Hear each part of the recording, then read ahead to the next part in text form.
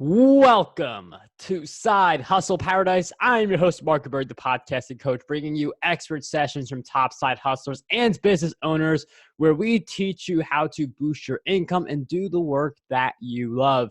And for all of the writers out there, this one's going to be especially useful for you. If you are someone who does video or does podcasting, repurposing is a really great skill to have. That's where writing can still come in for you. But this is really going to be focused on how can writers build up their income and diversify.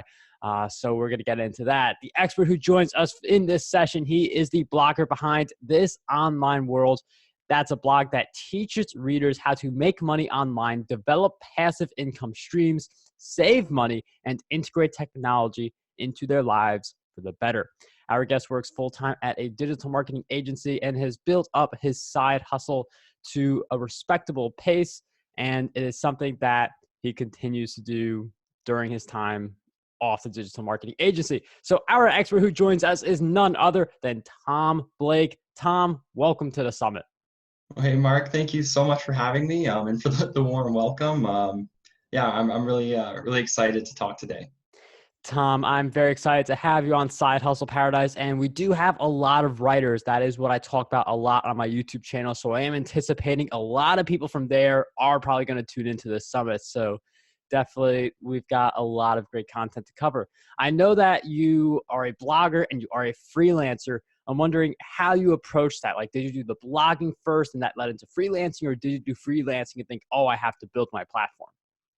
That's a great question, and you nailed it with the first part. So I started This Online World about 2 years ago as I was finishing up college, and I just found that by blogging, I was able to network a lot with various other bloggers in the personal finance space or editors in the personal finance space. And so that got me my first ghostwriting gig. And from there, it was kind of a process of networking within the blogging sphere. And yeah, getting more writing clients that way.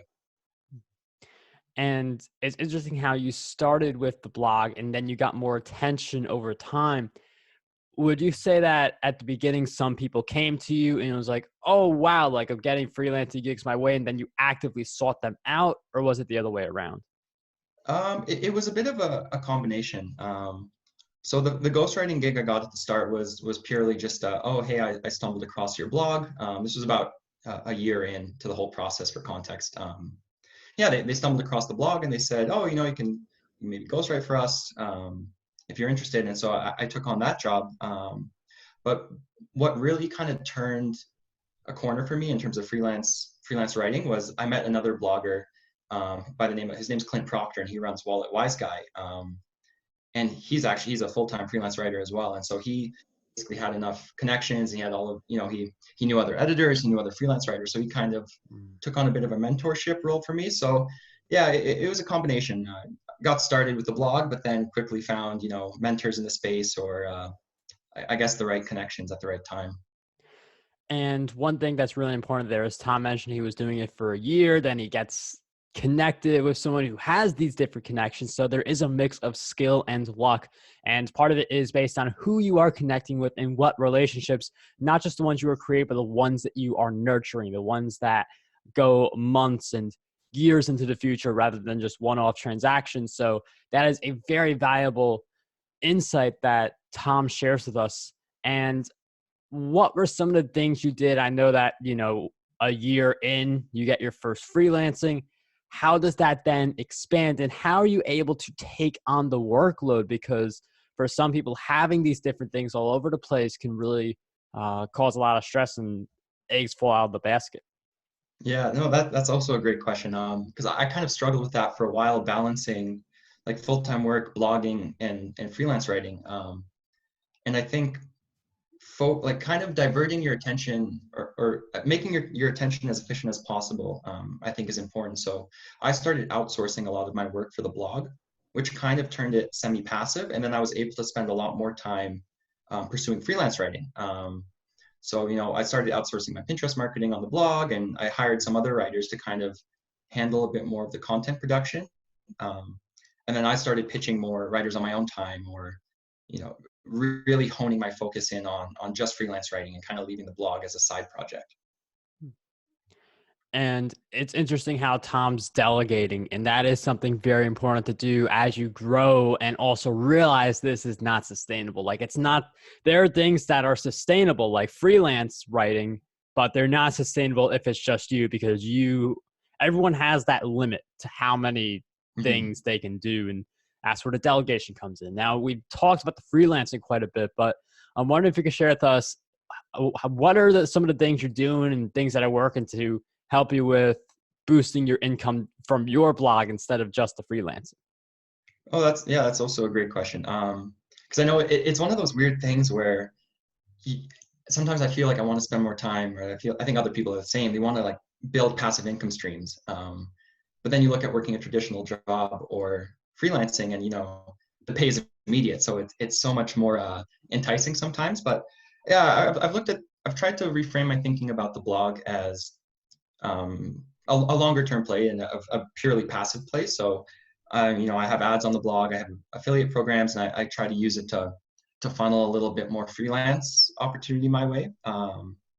But as a little side tangent, I guess, I think blogging as a form of building your freelance writing portfolio is almost, I prefer to, just making a generic like portfolio page that shows where you've been featured and where else you've written, because a blog you own and you can monetize it. And in a way, I think editors prefer to see that you can run your own version of their site that you'll be writing for. You can build traffic, you can get, eyes on your stuff on social media. Maybe you even go into YouTube. I know you're the YouTube pro, so you go down that road. But it's so much more versatile than, yeah, just making a static like here's my portfolio page. So yeah, long story short, I use it for two purposes: to make passive income, but also promote my freelance writing.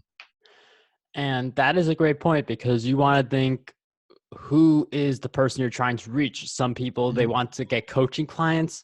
In Tom's case, he's looking to do more freelancing. And if you have a blog and you can demonstrate that you are already doing it, it's not like you're some new person around the block. It's you have been doing it for years and you can show your work and you can show the value proposition to the freelancer. It makes it easier for them to say yes and to bring you in. And affiliate marketing also, that's just one of my favorite ways to make money because you don't have to Yeah. create the product. You don't have to create funnels. You don't have to do any of that.